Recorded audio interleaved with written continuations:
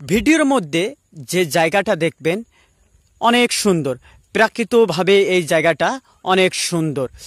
আশপাশে কোনো এলাকায় এদের সুন্দর সুন্দর জায়গা খুঁজে পাবেন না। নিরিবিলি পরিবেশ এবং একাত্মবোধভাবে যদি সময় কাটাতে চান তাই এই জায়গাটা আসবেন। এই জায়গাটার নাম হলো, আবার বলতেছি, এই জায়গাটার নাম হলো অঞ্জন আলী সরকারের ডারা। আবার বলতেছি, এই জায়গাটার নাম হলো রঞ্জন আলী সরকারের ডারা। এই নামটা কিভাবে হলো? 80% জমিন তার এই জমিনগুলো, এই কারণে নেই এখানে তার নাম হয় রঞ্জন আলী সরকারের ডারা। এখানে বর্ষাকাল আসলেই কয়েকটা পরিবার এখানে ফ্রিতে মাছ মারে।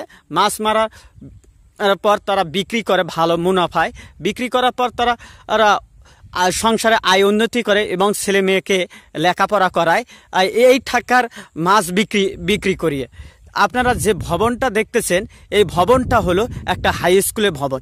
তারে ভাসতে ওই হাই স্কুলের প্রধান শিক্ষক। আপনারা দেখতেছেন বিশাল একটা সরোবর, আমাদের ভাষায় বলা হয় সরোবর, আর অন্য অন্য জায়গায় বলা হয় মাছের খামার। এই মাছের খামারটা তার আপন বড় ভাইয়ের বড় ছেলে এই খামারটার মালিক। আবার বলতেছি, এই জায়গাটার নাম হলো রঞ্জন আলী সরকারের ডারা। আবার বলতেছি, এই জায়গাটার নাম হলো রঞ্জন আলী সরকারের ডারা।